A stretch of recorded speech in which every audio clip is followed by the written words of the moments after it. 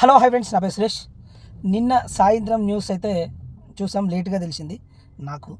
అయితే రేవతి కుటుంబానికి 2 కోట్లు ప్రకటించినట్లు ఆ, అల్లు అరవింద్ గారు అనౌన్స్ చేశారు. ఇంకొకటి అండ్ దిల్ రాజు గారు కూడా నిన్న వచ్చి మాట్లాడారు.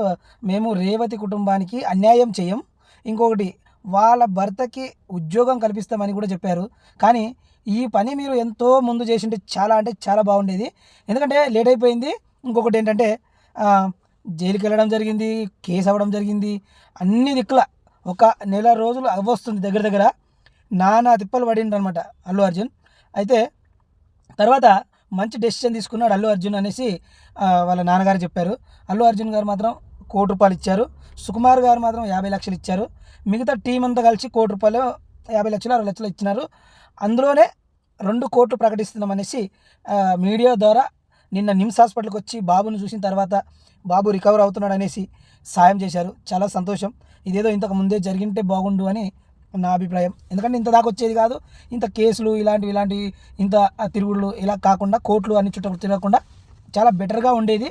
కానీ ఈ లోపల జరిగిపోయింది. మొత్తానికి రేవతి గారి కుటుంబం మాత్రం సెటిల్ అవుతుంది. వాళ్ళ పిల్లలు కూడా మంచి చదువులు చదువుకుంటారు. బాబు కోలుకొని ఉన్నత చదువులు చదువుకొని మంచి డెవలప్ అవ్వాలని నేను కోరుకుంటున్నా. ఓకే ఫ్రెండ్స్, ఇంకా వాళ్ళ వాళ్ళకు జరిగిన అన్యాయం ఇంకెవ్వరికి జరగొద్దు. ఇంకా బెనిఫిట్ షోలు మరి రేపు మాత్రం మళ్ళీ వెళ్ళి సీఎంని కలుస్తారు.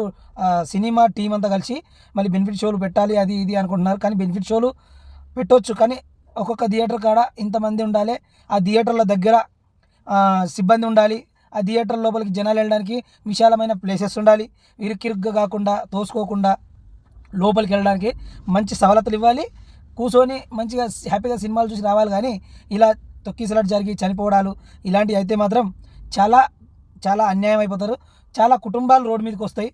ఎందుకంటే ఈరోజు శ్రీతేజ్ అనే అబ్బాయి చాలా ఎంత 10 రోజులు 15 రోజుల నుంచి ఎంత ఇబ్బంది పడుతున్నాడో, చావులాక బతకలేక అన్నట్లు మంచం మీద మన హాస్పిటల్ బెడ్ మీద పడుకొని ఉన్నాడు. వాళ్ళ డాడీ ఏమో ఏడుస్తున్నాడు, అతను ఏం చేయలేడు. వాళ్ళ అమ్మ లేదు అని తెలిస్తే అబ్బాయి పరిస్థితి ఏందో తెలియదు. కాబట్టి వాళ్ళ మమ్మీ గురించి కూడా కొంచెం స్లోగా చెప్పి మంచి నిదానంగా అమ్మ వెళ్ళింది ఊరు వెళ్ళింది అది అని సెట్ అయ్యి గుండె కొంచెం గట్టిపడ్డాక అనౌన్స్ చేస్తారని అనుకుంటున్నా. ఎందుకంటే వాళ్ళ ఇంట్లో వాళ్ళ నాన్న అమ్మ తర్వాత మరి ఇంకెవరు లేరు. ఇప్పుడు ఆ చిన్న తల్లికి ఎవరు సేవలు చేస్తారు, ఎవరు జుట్లు వేస్తారు, ఎవరు స్నానాలు చేపిస్తారు, ఎవరు బట్టలు వేసి స్కూల్కి పంపిస్తారు, ఇవన్నీ తెలుసుకోవాలి. సినిమాలకు వెళ్ళేటప్పుడు తల్లిదండ్రులు ముఖ్యంగా బెనిఫిట్ షోలకి ఆడవాళ్ళకి ఒకవేళ పెడితే ఆడవాళ్ళు మాత్రం పిల్లలు మాత్రం అలౌడ్ లేదు అనేసి బాగా పబ్లిక్ చేయాలి. అందులోన చిటీ టికెట్ మీదనే ఉండాలి. పిల్లలని పంపించొద్దు, లేడీస్ని పంపించొద్దు అనేసి. ఎందుకంటే మగోడు ఎలాగో అలాగా వెళ్ళిపోతాడు, మగోడు వెళ్ళిపోతాడు, కానీ లేడీస్ వెళ్ళలేరు కదా. అందు గురించి నేను చెప్పేది ఏంటంటే బెనిఫిట్ షోలు పెట్టకపోవడమే మంచిది. పెడితే మాత్రం నిబంధనలు తీసుకోవాలి, కట్టడి చేయాలి. ఆడ థియేటర్ సిబ్బంది పెట్టుకోవాలి, థియేటర్ యాజమాన్యం కరెక్ట్ చర్యలు తీసుకోవాలి. అల్లు అర్జున్ గారు లాగా కాకుండా చూసుకోవాలి. అది నాకు అనిపించింది. ఇది మీకు ఎలా అనిపిస్తే కామెంట్ చేయండి. Okay friends, subscribe.